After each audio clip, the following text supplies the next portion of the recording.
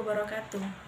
Wassalatu wassalamu ala asrafil anbiya'i wal mursalin wa ala alihi wa ashabi ajmain amma ba'. Di sini saya akan memaparkan materi dari kelompok saya, yaitu kelompok 7 yang berjudul Cabang-cabang Ulumul Hadis beserta fungsinya. Baik, yang terhormat kepada Bapak dosen pengampu, yaitu Bapak Syaiful Aziz MHI selaku dosen mata kuliah Ulumul Hadis.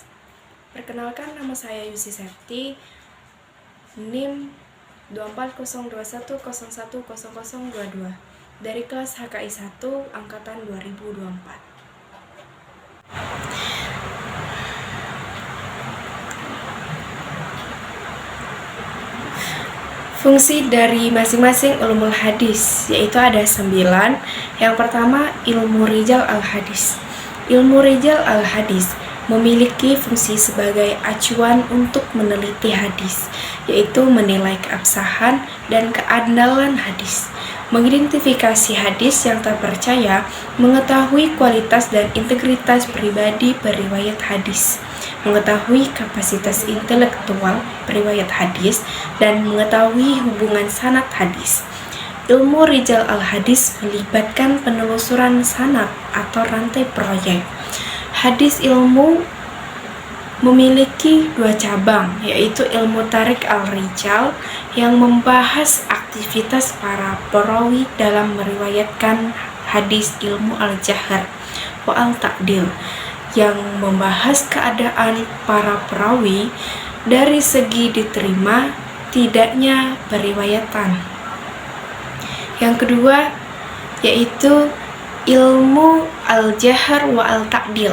Fungsi ilmu jahar wa al-ta'dil adalah untuk menentukan kualitas perawi dan nilai hadisnya.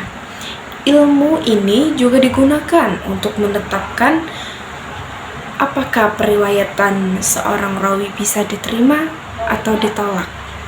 Berikut ini adalah beberapa hal yang perlu diketahui tentang ilmu al-jahar wa al-ta'dil. Ilmu jahar sangat penting bagi para pelajar ilmu hadis. Ilmu ini mempelajari tentang cacat dan tidaknya seseorang yang menyampaikan hadis atau informasi dari Rasulullah SAW. Jahar menyatakan seseorang tidak adil dan tidak dobit, sedangkan ta'dil menyatakan bahwa seseorang rawi bersifat adil dan dobit. Para ulama hadis dalam melakukan zihar wa al-ta'dil tidak pandang bulu. Motif mereka adalah untuk menjaga orisinalitas atau keaslian agama semata. Sejarah ilmu al-jahar wa al-ta'dil ini tumbuh sejak dari zaman sahabat. Baik, yang ketiga, ilmu fanil mubhamat. Fungsi ilmu fanil mubhamat adalah untuk mengetahui siapa sebenarnya nama-nama atau identitas orang-orang yang disebutkan dalam matan atau sanad hadis yang masih samar atau tersembunyi. Baik, selanjutnya yang keempat yaitu ilmu mukhtalif al-hadis. Fungsi ilmu mukhtalif al-hadis adalah untuk menghindari kesalahan dan kekeliruan dalam memahami hadis-hadis yang bertentangan.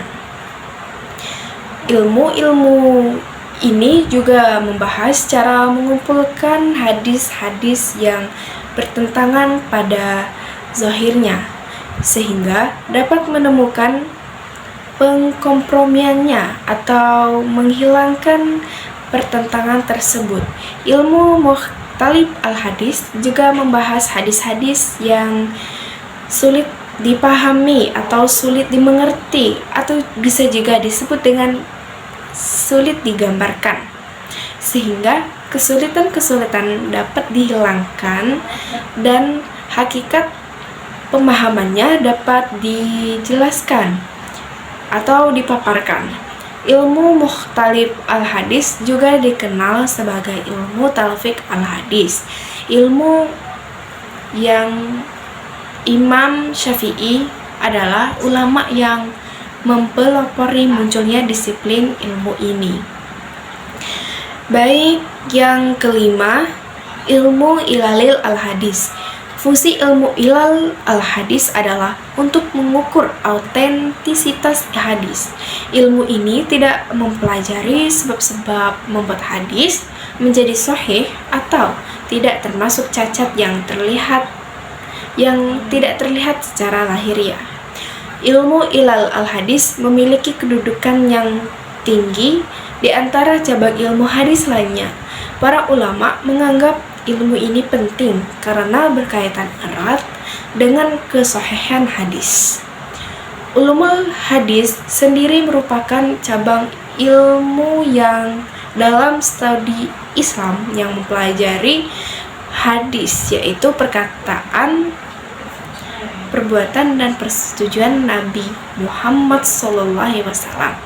Tujuan mempelajari ilmu hadis adalah untuk mengetahui hadis-hadis yang sahih, hasan, atau dhaif.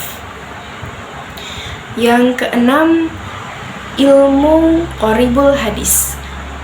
Ilmu ini berfungsi untuk membantu para ahli hadis memahami hadis yang sulit dipahami.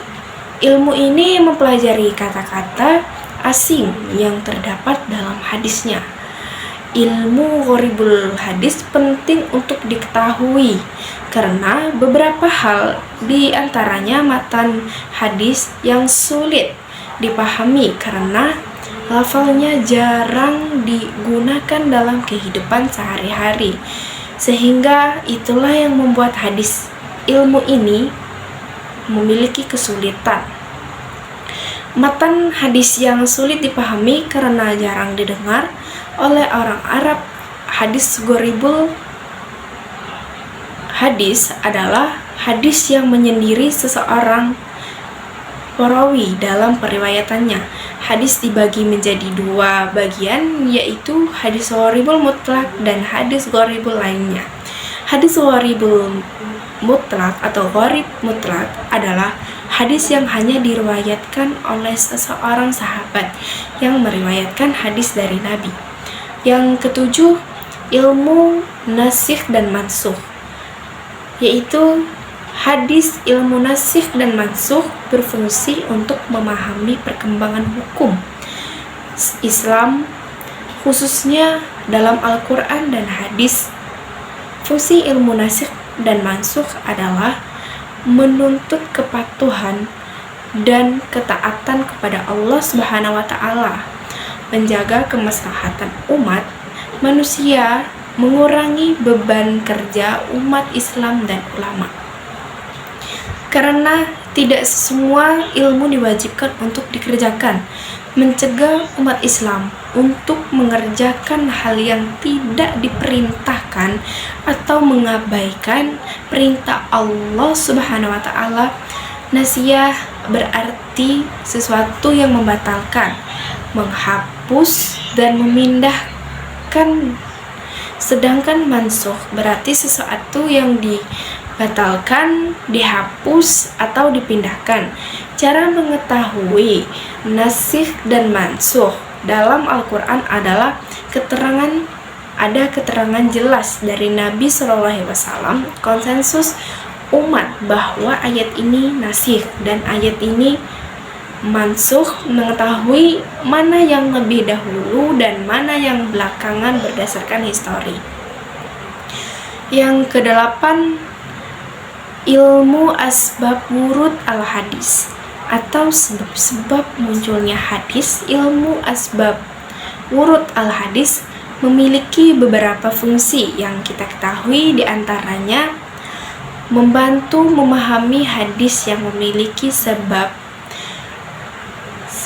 dalam penyampaian, mengetahui hadis yang mengundang norma hukum, terutama hukum sosial, menghindari kesalahpahaman dalam menangkap maksud hadis. menentukan ada tidaknya taksik atau taksis dalam hadis umum, membatasi kemutlakan hadis, merinci hal-hal yang masih global, menentukan ada tidaknya nasikh mansukh dalam hadis, menjelaskan kilat ditetapkannya suatu hukum, menjelaskan hadis yang sulit dipahami. Baik, selanjutnya yang terakhir atau yang ke-9 yaitu ilmu mustalah al-hadis. Ilmu mustalah al-hadis memiliki beberapa fungsi, diantaranya mengetahui kondisi periwayat hadis yang diriwayatkan apakah diterima atau ditolak, mengetahui apakah amalan yang dilakukan berdasarkan sunnah Nabi atau bukan, mendekatkan seseorang kepada Allah Subhanahu wa Ta'ala dan Rasulnya, mengetahui istilah-istilah dalam kajian hadis.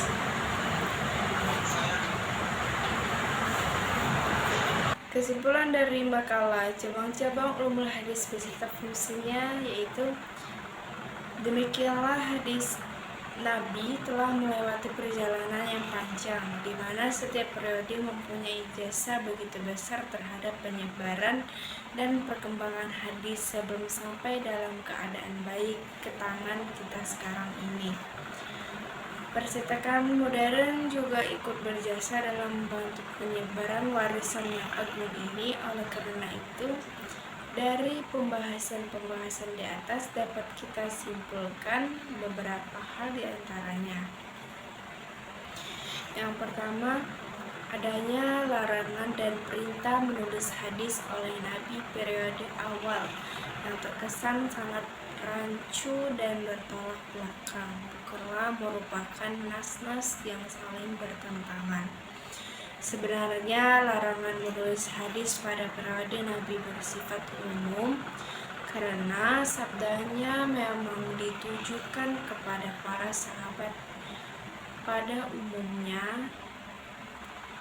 Namun di antara mereka ada yang terpercaya, ada yang baik hafalannya, dan ada yang bagus tulisannya, sehingga dalam waktu yang bersamaan Rasulullah memberi izin khusus kepada sebagian sahabat-sahabatnya karena pertimbangan akan situasi, kondisi, dan sifat pribadi sahabat. Yang kedua, kegigihan para sahabat, tabi'in dan tabi'in tabi'in dalam menjaga, melestarikan, dan menyebarkan dua wasiat yang diwariskan oleh Nabi yang berupa Al-Quran dan hadis, sehingga sampai kepada generasi sesudahnya. Yang ketiga, dalam setiap perubahan dibutuhkan tahapan-tahapan untuk mencapai titik yang lebih sempurna.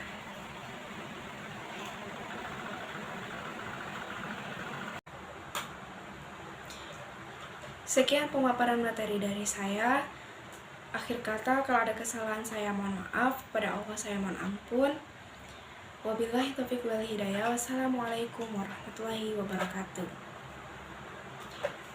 Jangan lupa like, comment, and subscribe.